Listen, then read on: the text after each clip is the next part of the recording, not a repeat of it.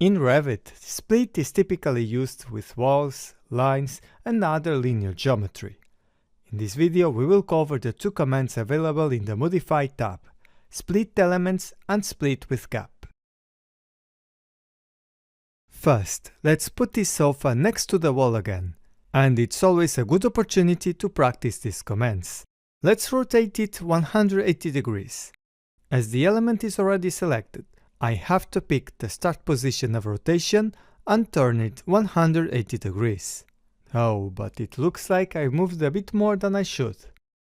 I could repeat the rotate command, but it's not really necessary. Using the Align tool, I pick the wall face, which is my destination. Then select this axis and you can see the sofa aligning perfectly with the wall. Finally, press Escape twice to exit the command. Now let's learn how to use the command Split Element. I click on the icon, which is this one, and the description says cuts an element such as a wall or line at a selected point or removes the segment between 2 points. Basically, I can go to a wall and choose a place to split it vertically from the bottom to the top. Suppose I want to make the split 1 meter away from the external wall. And notice that here I cannot type the distance. However, I can modify it later if I'm not happy with the result.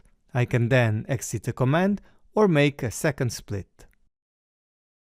Let's place the second split at 1.5 meters from the first. And now this wall is divided into 3 parts. With this operation, I can click on one of the parts and erase it.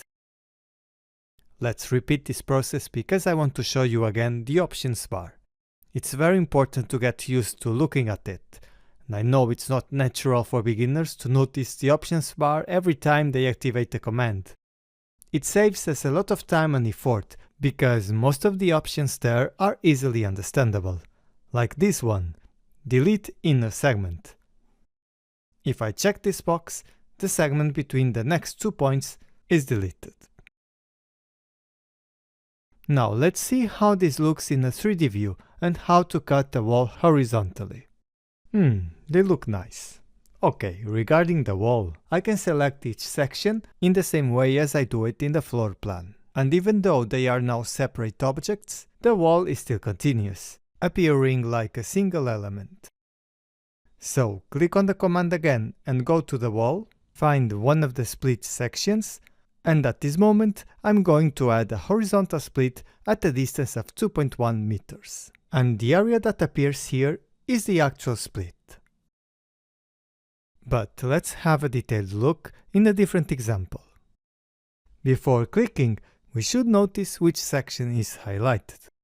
Now is the section at the left, but if I want to split the middle section, I have to move slightly to the right.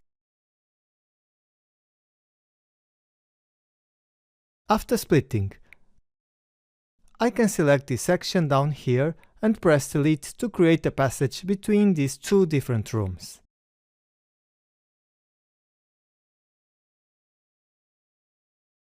If I select the section above and go to the Properties panel, I can see here the base offset, which is set as 2.1. If I change it to 2 meters, and don't forget to click on Apply,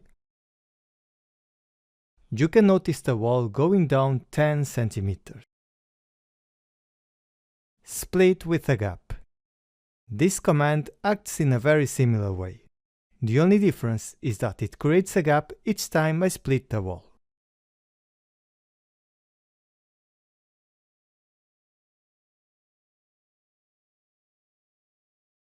So look at the appearance of this section in a 3D view. Nice, but what is actually the length of that gap? On the options bar, when Split with Gap is active, there is a blank to fill the gap distance. It's curious that by default I have this strange value, which is actually 1 inch, 2.54 centimeters.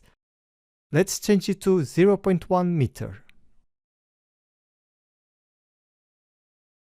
Now try again. I'm going to trim the wall here, and look, the distance towards the wall is 0.8.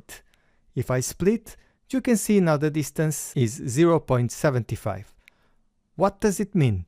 That the split point was actually in the middle of the gap.